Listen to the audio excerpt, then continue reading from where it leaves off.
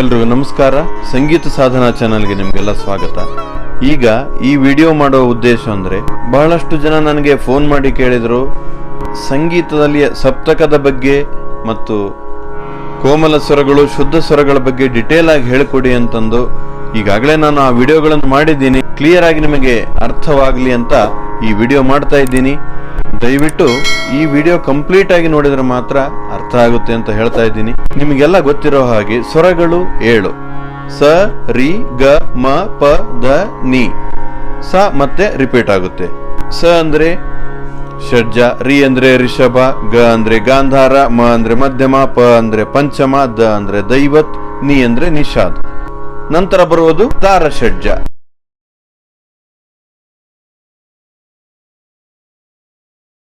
ಈ ಸದಿಂದ ನಾವು ಕೆಳಗಿಳಿದಾಗ ಅಂದ್ರೆ ಇದು ಮಂದ್ರ ಸಪ್ತಕ, ಇದು ತಾರ ಸಪ್ತಕ. ಈಗ ನಾವು ಸಹಜವಾಗಿ ನಾವೇನ್ ಪ್ಲೇ ಮಾಡ್ತೀವಿ ಇದು ಮಧ್ಯಮ ಸಪ್ತಕ. So low pitch, middle pitch, high pitch ಅಂದ್ರೆ ಮಂದ್ರ ಸಪ್ತಕ, ಮಧ್ಯಮ ಸಪ್ತಕ, ಇದು ತಾರ ಸಪ್ತಕ. ಒಂದು ಸಪ್ತಕದಲ್ಲಿ 12 ಸ್ವರಗಳಿರುತ್ತವೆ.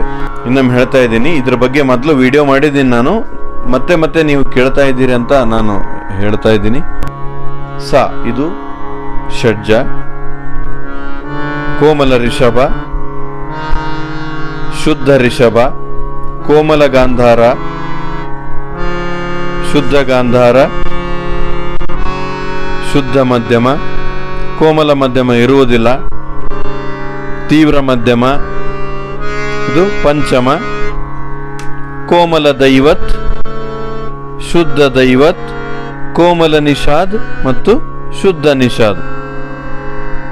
ಹೀಗೆ ಒಟ್ಟಾರೆ ಈ 12 ಸ್ವರಗಳ ಒಂದು ಗುಂಪಿಗೆ ಸಪ್ತಕ ಎನ್ನುತ್ತಾರೆ, ಆಕ್ಟೇವ್ ಅಂತಾರೆ ಇಂಗ್ಲಿಷ್ ನಲ್ಲಿ. ಕೋಮಲ ಸ್ವರಗಳು ಎಲ್ಲಿ ಉಪಯೋಗವಾಗುತ್ತವೆ, ಶುದ್ಧ ಸ್ವರಗಳು ಎಲ್ಲಿ ಉಪಯೋಗವಾಗುತ್ತವೆ, ಕೆಲವು ಉದಾಹರಣೆ ಕೊಡ್ತಾ ಇದ್ದೀನಿ. ಈಗ ಉದಾಹರಣೆ: ಸ ರೇ ಸ.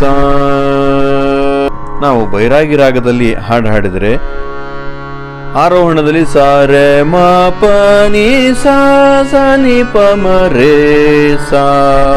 ಸೊ ಈಗ ನಾವು ಇಲ್ಲೇ ಕೋಮಲ ರಿಷಭವನ್ನು ನಾವು ಯೂಸ್ ಮಾಡಲೇಬೇಕು, ಹೀಗಾಗಿ ಇಲ್ಲೇ ರೀ ಬರುತ್ತೆ, ಸ ರೇ ಸ. ಅದೇ ರೀತಿ ಇದು ಶುದ್ಧ ರಿಷಭ. ಉದಾಹರಣೆಗೆ ನಾವು ಭೂಪ್ರಾಗದಲ್ಲಿ ಸ ರೇ ಗ ಪ ಧ ಸ ಸ ದ ಪ ಗ ರೇ ಸ. ಭೂಪ್ರಾಗದಲ್ಲಿ ಶುದ್ಧ ರೀ ಬರುತ್ತೆ, ಕೋಮಲ ರೀ ಬರಲ್ಲ. ಹೀಗೆ ದಯವಿಟ್ಟು ಈ ವಿಡಿಯೋ ಎಲ್ಲೂ ಸ್ಕಿಪ್ ಮಾಡಬೇಡಿ. ನೆಕ್ಸ್ಟ್ ಬರ್ತಕ್ಕಂಥ ಸ್ವರ ಗ, ಕೋಮಲ ಗ. ಇದಕ್ಕೆ ಉದಾಹರಣೆ ಅಂದರೆ ಭೀಂಪಲಾಸ್. ನಿ ಸ ಗ ಮ ಪ ನಿ ಸ ನಿ ದ ಪ ಮ ಗ ರೇ ಸ ಗ ರೇ ನಿ ಸ. ಇಲ್ಲೇ ಕೋಮಲ ಗಾಂಧಾರ ಬರುತ್ತೆ, ಶುದ್ಧ ಗಾಂಧಾರ ಬರುವುದಿಲ್ಲ. ಇನ್ನು ಮುಂದಿನ ಸ್ವರ ನೋಡೋಣ, ಗ, ಶುದ್ಧ ಗಾಂಧಾರ. ಈಗ ಖಮಾಜ್ ರಾಗ ನಾವು ನುಡಿಸಬೇಕಾದ್ರೆ ಸ ಗ ಮ ಪ ಧ ನಿ ಸ ಸ ನಿ ದ ಪ ಮ ಗ ರೇ ಸ. ಇಲ್ಲೇ ಶುದ್ಧ ಗಾಂಧಾರ ಯೂಸ್ ಆಗುತ್ತೆ. ಅದೇ ತರ ಈಗ ಮಧ್ಯಮ, ಶುದ್ಧ ಮಧ್ಯಮ, ಬೃಂದಾವನಿ ಸಾರಂಗ್ ರಾಗ ನೋಡೋಣ. ಸ ರೇ ಮ ಪ ನಿ ಸ ಸ ನಿ ಪ ಮ ರೇ ನಿ ಸ ಮ ಪ ಮ ನಿ ಪ ಮ ರೇ ನಿ ಸ. ಬಹಳಷ್ಟು ರಾಗದಲ್ಲಿ ಶುದ್ಧ ಮಧ್ಯಮ ಉಪಯೋಗವಾಗುತ್ತೆ. ನಂತರ ತೀವ್ರ ಮಧ್ಯಮ, ಬಿಹಾಗ್ ರಾಗ ನುಡಿಸಬೇಕಾದ್ರೆ ತೀವ್ರ ಮಧ್ಯಮ ಸ್ವರವನ್ನು ಯೂಸ್ ಮಾಡ್ತೇವೆ. ಹೇಗಂತ ನೋಡೋಣ. ಸ ಗ ಮ ಪ ನಿ ಸ ನಿ ದ ಪ ಮ ಪ ಗ ಮ ಗ ಮ ಪ. ಇಲ್ಲೇ ನಾವು ತೀವ್ರ ಮಧ್ಯಮವನ್ನು ಯೂಸ್ ಮಾಡಿದೀವಿ. ಮ ಪ ಗ ಮ ಪ ಗ ಮ ಗ ರೇ ಸ. ಇನ್ನು ಪಂಚಮ ಪ. ಬಹಳಷ್ಟು ರಾಗಗಳಿಗೆ ಪ ಯೂಸ್ ಆಗೇ ಆಗುತ್ತೆ. ಇದಕ್ಕೆ ಉದಾಹರಣೆ ಕೊಡಬೇಕಂದ್ರೆ ಸಾಕಷ್ಟು ರಾಗಗಳಿವೆ. ಕೋಮಲ ದೈವತ್, ಬಿಭಾಸ್ ರಾಗ ನುಡಿಸುವಾಗ ಕೋಮಲ ದೈವತ್ ಯೂಸ್ ಆಗುತ್ತೆ. ಬಿಭಾಸ್ ರಾಗ ಇದು. ಸರೆ ಕೋಮಲರಿ ಸರೆ ಗ ಪದ ಸಾ ಸಾದ ಪಗರೆ ಸಾ. ಇನ್ನು ಜೀವನ್ಪುರಿ ರಾಗದಲ್ಲಿ ಸರೆ ಮ ಪದ ನಿ ಸಾ ನಿ ದ ಪ ಮ ಗ ರೇ ಸಾ. ಹೀಗೆ ಒಂದೊಂದು ರಾಗಕ್ಕೆ ಒಂದೊಂದು ಸ್ವರಗಳಿರ್ತವೆ. ಮುಂದೆ ಬರ್ತಕ್ಕಂಥ ಸ್ವರ ಶುದ್ಧ ದೈವತ್. ಉದಾಹರಣೆಗೆ ದುರ್ಗಾ ರಾಗ ಸರೆ ಮ ಪದ ಧ ಸಾ ಸಾದ ಪ ಮ ರೇ ದ ಸಾ. ಆ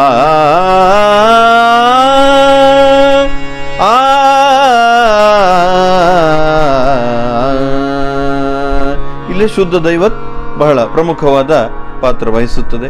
ಇನ್ನು ಕೋಮಲನಿ, ಕೋಮಲ ನಿಷಾದಕ್ಕೆ ಉದಾಹರಣೆ ಅಂದ್ರೆ ಭಾಗ್ಯಶ್ರೀ ರಾಗ ನೋಡೋಣ.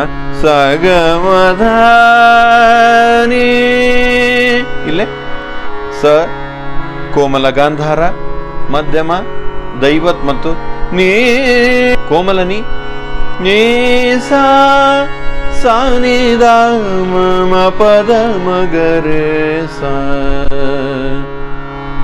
ಇನ್ನು ಶುದ್ಧ ನಿಷಾದ್ ನೀ ಬೃಂದಾವನಿ ಸಾರಂಗ್, ದೇಶ್ ರಾಗ, ಬಹಳಷ್ಟು ರಾಗಗಳಲ್ಲಿ ಶುದ್ಧ ನಿಷಾದ್ ಯೂಸ್ ಆಗುತ್ತೆ.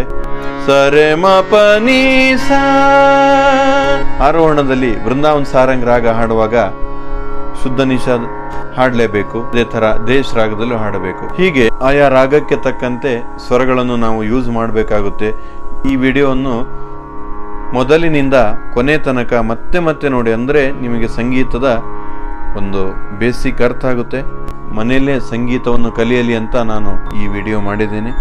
ದಯವಿಟ್ಟು ಸಾಧ್ಯವಾದಷ್ಟು ಸಂಗೀತ ಪ್ರೇಮಿಗಳಿಗೆ ಶೇರ್ ಮಾಡಿ ಅಂತ ಹೇಳಿಕೊಳ್ತಾ ಈ ವಿಡಿಯೋ ಮುಗಿಸ್ತಾ ಇದ್ದೀನಿ. ಎಲ್ಲರಿಗೂ ಧನ್ಯವಾದಗಳು.